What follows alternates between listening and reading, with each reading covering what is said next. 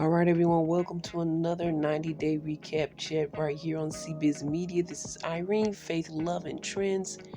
90 Day Fiance is a reality show that follows couples, one person from the U.S., the other from another country. We follow their relationship ups and downs. They have to deal with long distances, language barriers, cultural boundaries, the whole legal ramifications of getting married within a 90-day period to get that 90-day visa. This is a 90-day fiance. Now let's get into Sarper and Shekinah. Get into these couples here. Now they start off by getting red ink tattoos. And Shekinah believes it's more commitment than a ring. I'm not sure why. One reason she believes that is because they're not able to be removed. When they get there, the guy says it's very difficult to be removed, so it's not impossible. So she's gonna get her lips tattooed, an actual copy of her lips. She's gonna kiss something with lipstick on, and her copy of her lips are gonna be on his neck. Then they get in the whole conversation about her lips, how full her lips are. Sarper's mom had comments about her lips, and she was unaware of this. She said, well, your mom ended up getting filler too. Okay, lips. When they get there, Sarper basically throws her under the bus first. He's like, you first. I don't know if he's reserving the right to change his mind. Ladies first, the old adage. I don't know if that fits for this scenario.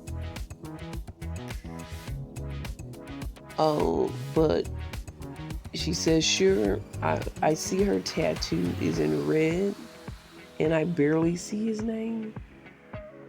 All right, guys, excuse my voice cracks here, but I was just thinking, didn't you guys just fall out? Didn't you guys just make up again a second ago? Yeah, the best thing to do is get tattoos that'll last forever when your relationship is in limbo and question. Sarper looks super stressed as she's getting her tattoo. I don't know if he's just nervous about getting his or nervous about this whole relationship period. So they kind of go to a flashback of her daughter Sophie and her thoughts on her being with Sarper. She says, well, I'm going to be going to college pretty soon, and basically this is your life, and I'll be more confident if you're in. If you're more confident, and if you're in, then I'm in, right? So what, tats bring confidence? I don't know. Have you guys ever heard of cover-ups? I have. You know, you might not be able to remove it, but you can cover it up. So they have their commitment tats. This is a thing, I guess. It's been a thing for a minute. His name again in her lips.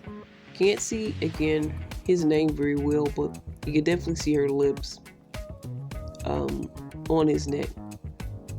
Like written in blood, the color red. But her name isn't on the lips, so that could be any random woman's lips. So that was kind of dumb to me, but when somebody will say, those, whose lips are those? That's my man, because these are my lips and they match. See, I'm gonna put my lips here. The sense that this makes.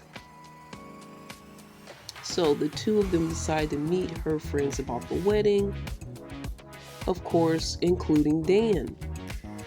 Now the 90 days are about to end. They're about to get married.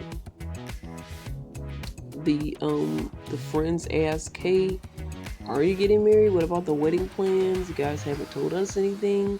Where's our invitations? And Sarper's like, hey, there's going to be no wedding. It's going to be a bedding. And there's like, we're going to get married in bed. Why? This is the place where we have the best time together. It's weird. especially one of her girlfriends, looks very annoyed at this information. And Dan's like, all of us are invited to your bed? Of course he's gonna go there. And she's like, no, it's just for us. I'm like, it's all about the bed for you. This is the time, this is the place where you feel the most comfortable. To me, it reads dysfunction. But okay. Now the friends are asking, hey, did you get a prenup? This is quite last minute. Why didn't you guys mention this before in the previous meetings? Why didn't Shekinah or Sarper think of this? So rude is what Sarper reads this as rude. He says it is in his culture, it's rude to ask a man to do that. We never talked about this, Shekinah. The friends are really pushing it. Sarper's like, okay, if we do it, I have a clause. You have to stay 128 pounds. You cannot go up. You will be fined $1,000 each extra pound above 128. So she's like, oh, he's just getting back at me. This is something that I'll probably do anyway. It's not a big deal. Of course, their whole relationship bred this dysfunction anyway. I'm sure the friends are kind of flabbergasted, and they're like, what? And she's like, oh, he's just trying to get back at me. I would already do this. The friends try to fight for her, asking him, is he serious? He's like, yeah, I'm serious. The back and forth just gets too much for him, and he's like, I'm out of here. And he doesn't want to do it. He says it's disrespectful. So that's Shekinah and Sarper. Dysfunction till the end. We'll see if this end leads to marriage. Don't know. So we have Maddie and Stevie. Maddie's been pretty hush and quiet. The wedding is tomorrow. They're feeling the weirdness between them. Stevie's really feeling it. She's like, can you talk to me? He's still thinking about the bi situation, especially due to that burlesque show that she really enjoyed it. And he calls her out. I was like, you enjoyed that, girl. You really enjoyed it. Maybe, I think, a little bit too much. But then he said, you know what? It's okay. Is it? It doesn't seem like it for you, Maddie. Saeed is, I guess, at the hotel, so he's going to go talk to him some more. But basically, the whole situation and issue between her and Saeed, that comes up. And he comes to, Saeed thinks you're bi. I told him that. And she thinks it's really cringe that they kind of have this whole scenario about her behind her back, of what she really thinks and who she is, and she's upset by that. And she's like, well, why didn't you tell me about this and all your concerns? He basically told you about his concerns, and he multiple times asked you about the bi question. He's thinking to himself, is 90 days enough? Can I do this? So I think he goes back down and talks to Saeed. I mean, his eyes light up. Him and Saeed's eyes light up every time they see each other. What type of connection do you guys have? Is he bi? I mean, just saying stuff. Like, I don't have any proof of anything, and hopefully that's not offensive to him, but just thinking. Basically, they're talking about him basically resolving his issues before the wedding. He's scared to keep asking her about it, though, about her being bi. They're not on the same page. It's basically what Saeed said at the end of the day. And I'm like, yep, that's what I said before. These two just aren't even on the same page, bi or not bi. He says he'll sacrifice everything for love just to keep the peace. This is what his dad did. He's following his dad's footsteps in this scenario. So they end up next at the Ross Mansion. It's the night before the wedding. I'm like, are you guys having a honeymoon before the wedding? They were at another cool hotel. Now they're at another one. Like, you guys seem to be honeymooning before the actual marriage. But then I also wondered if they slept together because I do see them in the bed waking up with each other. Not sure if anything went on beyond sleeping. I've seen some affection, but not a ton. And it may be because of his upbringing. And I do believe that, from what I recall, in the Muslim culture, I don't think there's a lot of public shows of affection. So that may be why as well. Um, so they're in the bed. I think they just got there not long ago. And she's like, oh, I think she's asking him why he's quiet again. And he says, he's got that question still in his mind. He's been mad about these questions, and I don't really want to keep bringing the same thing up to you. But basically, he still wants to know if she's bi. Sorry, but he wants to know. She's crying. She's like, I'm tired of this. She's basically saying she's tired. And I guess it's going to be a long day tomorrow, so she can't handle this. But she's really, tired of this. She wants to know what's happening. And then Maddie is in the confessional or talking to the producers, those scenes that they do. And he cries. And he's like, is this a mistake? I think if you have to question it so much, then it might be.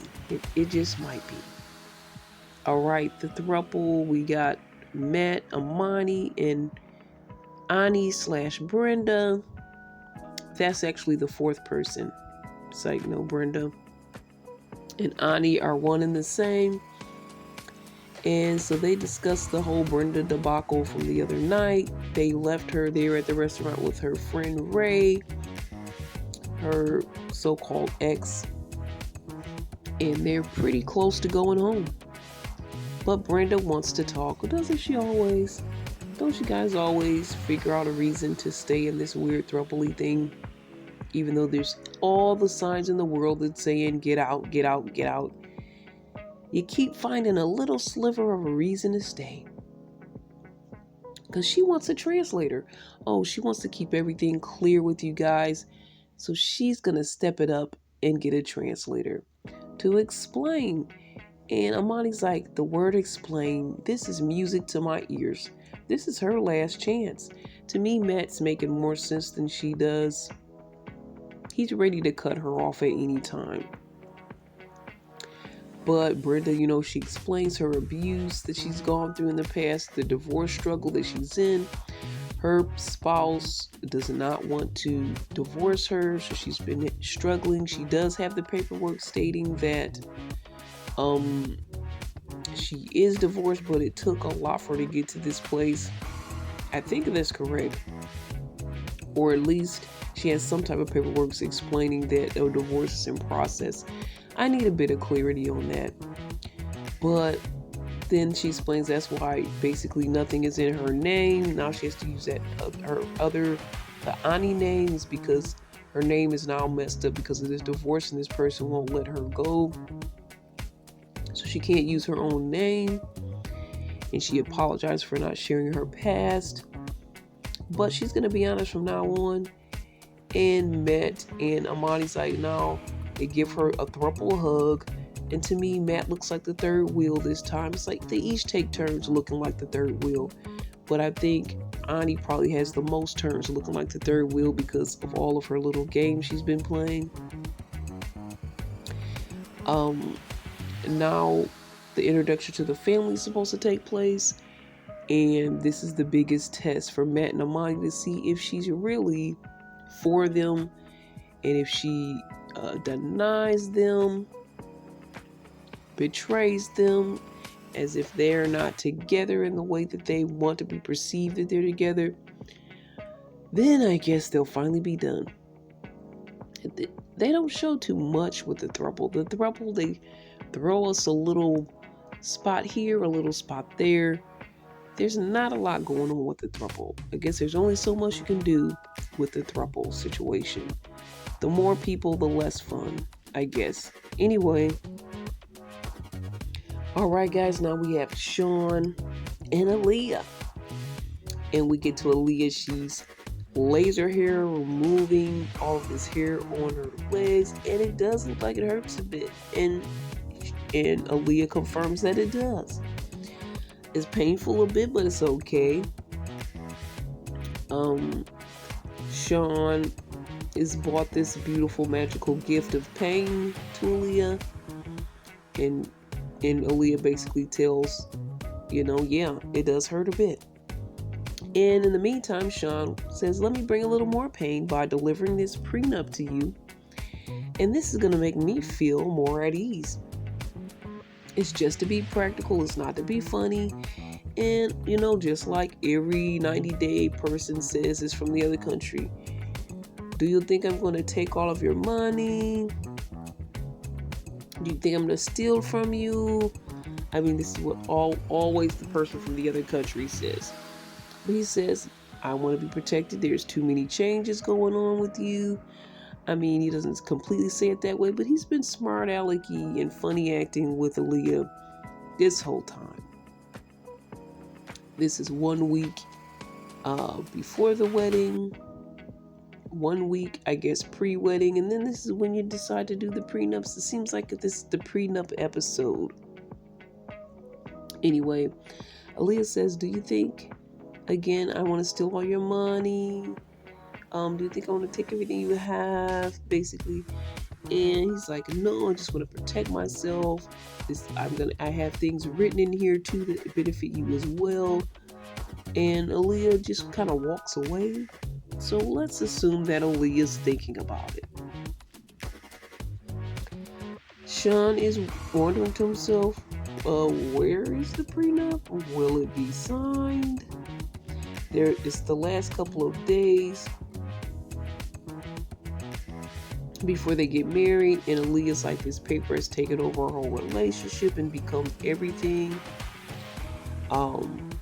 She also got a review by her lawyer in Portuguese, I believe.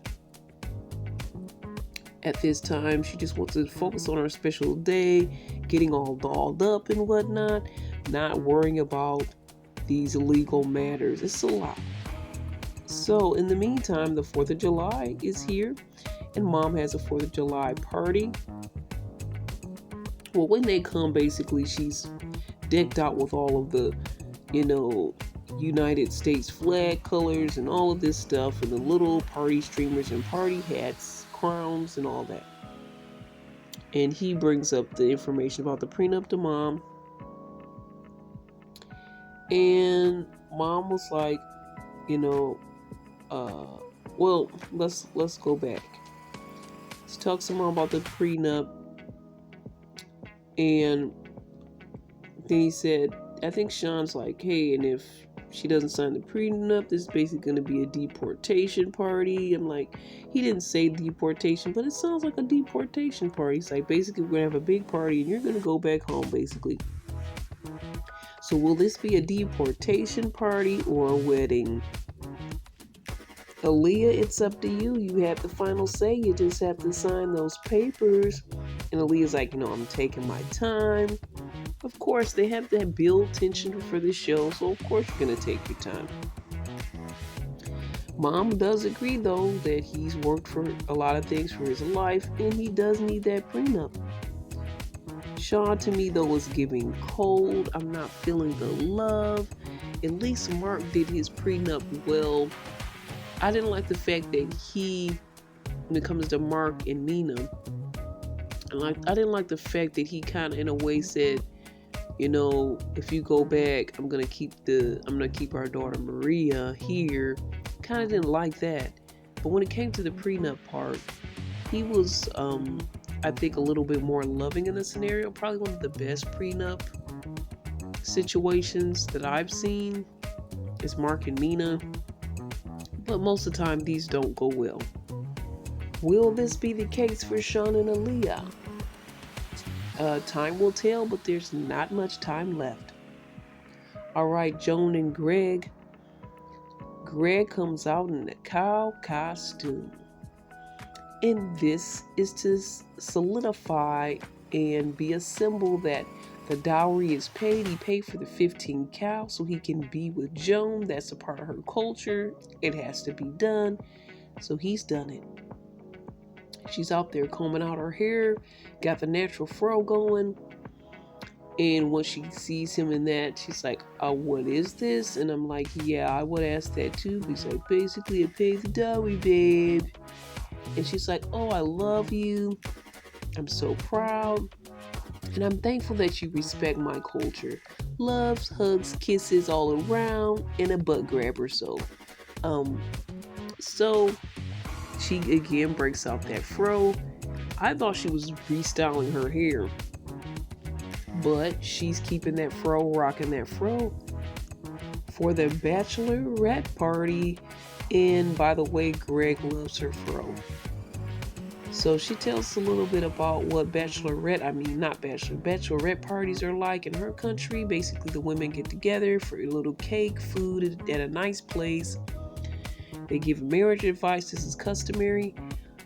This time, Greg's friend is throwing the party for her.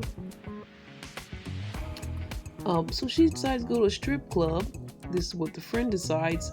And it's a woman's strip club. And for some reason, Joan goes to the Bible. She's like, it's not in the Bible that I can't go to a strip club. So I'm going to have fun. I think they're in Jersey. She says, so whatever they do in Jersey, I'm going to be like I'm going to do what they do in Jersey. Something like that, right? But I don't think the Bible concerns you that much, Joan, because you've been sleeping with this guy before marriage. But hey, I don't think you addressed anything in the Bible about that. But now you're concerned about the Bible when it comes to going to the strip club. Okay, anyway, they play a game once the girls come pick her up. Excuse my voice again. But once the gang comes to pick her up, they play Never Have I Ever. The game. What did they say? Something about sleeping with somebody in public. And mom actually said, yeah, I did that. And I can't remember the scenario, but I did it. Then they talk about peeing in the shower. Sorry for using the word pee, but that's the best word I can use. And she's like, have you peed in Lucille's shower? How many times have you done that, Joan? She's like, oh, I do that all the time. And that was kind of gross. Anyway, they had fun with it. It's funny to see Joan and Lucille at this party. I think Lucille basically gave up on the fact of getting her revenge. It's like, okay, now at least I'm at this bachelorette party, so I'm going to throw my revenge out of the door since she wouldn't let me come to the dress fitting. And let's just have fun. And it was to me a bit awkward. Talking about girls' butts and how beautiful they are. And of course you want her to dance up on you, so she gets her a lap dance. To me it was awkward. Lucille and Joan both look kind of awkward, even though Joan was kind of rooting it on Lucille a bit. They looked out of their element, like this was forced. So that was just a weird bachelorette party to me. No offense to the female strippers, but if I'm gonna get a stripper, it's gotta be a dude. I'm not feeling it. I guess this is a way to do it without making the man upset, unless you're bi or possibly bi like Stevie. I don't know. All right, Jessica won, and the other third wheel, the other throuple, includes Megan. It's not an official throuple, but Megan always insinuates herself. She's very emotional over someone else's relationship, but okay. He tells his cousin how Jess took the news the other day after they had their little bachelor and bachelorette parties that, hey, I want to go back to live that cruise life. He got so turned on by his party which also had strippers, except it was female strippers for him as well. I guess he had a similar party to Joan. Not exactly. I mean, there was some blurred out spaces at his party. I mean, it looked like it could have been a movie. And he's like, man, this is taking me back to the cruise days. I need to get back to that ship. Like, dude, you really was doing all that on the cruise? Probably. So basically, he wants to live the party life.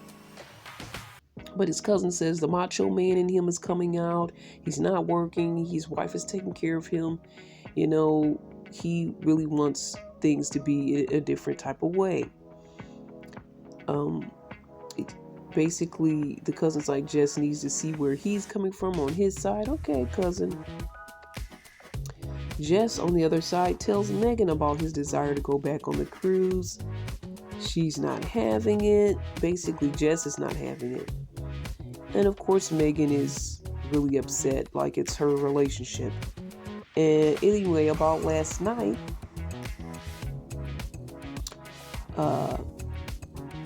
they kind of get to that conversation. And he says, sorry, baby, but this is an opportunity. I apologize for what happened last night, but this was really an opportunity. This affects us all, though. And Juan says, sometimes families have to do this. Sometimes families have to make sacrifices. I may have to be away for a long time. It doesn't seem like you're going to be making a sacrifice. You're going to be partying on a cruise life forever. I can imagine if your everyday day at work is being on a cruise, anything else kind of seems lame. Even your everyday life when you come home. So you're already on a cruise high constantly. So anything less, you're going to have withdrawals. So I think that's what's going on. So the group gets together. I mean Jessica, Juan, and Megan. I think her husband's name is Herbie. Yeah. So the two married couples, or married couple to be, and the married couple get together, and they want to bring a little bit of Colombia to the wedding. So they're making paper flowers with Megan. She knows how to do it. And Juan, of course, has a snide remark. How is this Colombia? How are paper flowers Colombia? So they're like, we're going to get the Colombian flag colors. We already have them, yellow, blue, red. So they're all working together to put these flowers together. And little David takes a spill. She's the one that's kind of watching him. Thanks, Meg. You let the baby take a spill. And he was crying too. But Meg's back in their business big time, and she also has their child and is not doing very well holding and taking care of the child as well. Of course, again, like I said, she's back in the business. It's like, hey, sorry that I let your kid fall on their face, but by the way, why are you going back on the cruise, Juan? Her husband has this look. He's looking at her when they do that little, one-on-one producer talk, and exactly, it's actually her and her husband at the producer talk, and he's just looking at her like, why is she so emotional? He's just looking like, why am I with this person? Who is this person? Anyway, he has that look on his face. Again, Jess says the same thing, cruiser me / family, and that's after, of course, the friends leave and whatnot. And they have that talk again. And after some time of pause and silence, as we see flashbacks of the cruise life that Juan has to give up. He said he felt accepted. He said it was better than he ever thought it would be. I guess it was his first experience in the U.S. and traveling the world.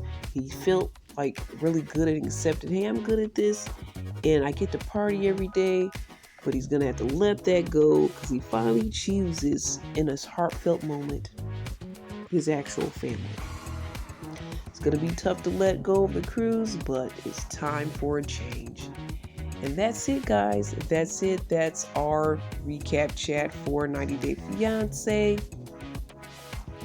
We'll talk more faith, love, and trends as the couples get closer and closer to that due date, to D-Day, or should I say wedding day.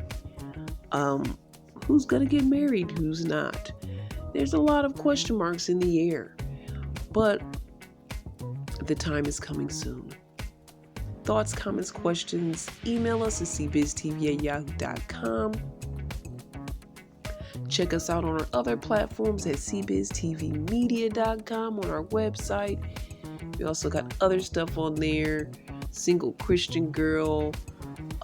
We also have our merch store there. Check all that out at CBiz TV Media. Thank you for watching. Thanks for the support. This is Irene. All the best. God bless. Faith, love, and trends.